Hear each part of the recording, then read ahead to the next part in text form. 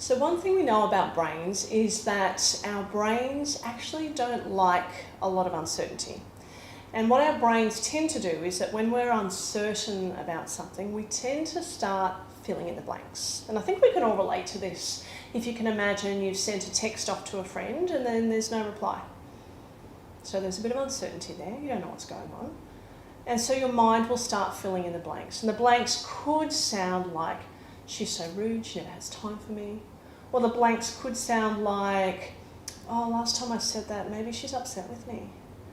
So our brains have the tendency to fill in the blanks in times of uncertainty. And one of my favourite authors, Brené Brown, shares a story that if we can change the language in our own brain to sound like, the story I'm telling myself is that I've upset my friend, or the story I'm telling myself is that she's too busy for me. We start to recognise that in actual fact it's just a story. We don't really know the details, we don't actually know.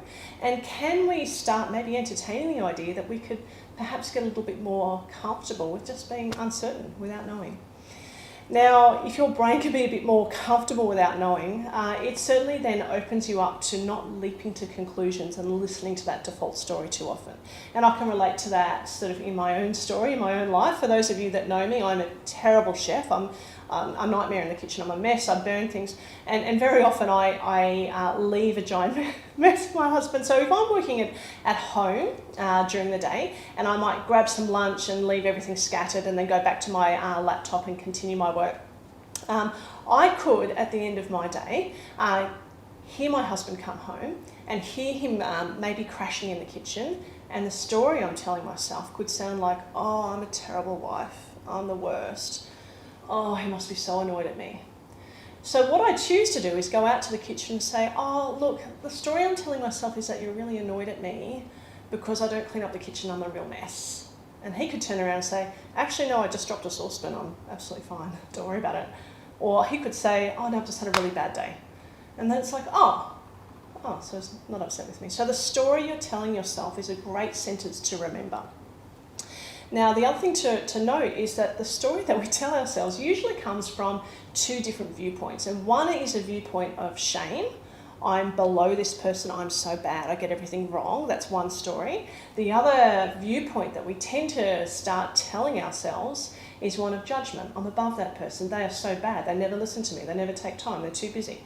So those two default stories will tend to start taking the brain into that emotional roller coaster. So I just wanted to touch on that idea for now and get you used to the idea of asking yourself, like, what is my default story when I don't know what's going on?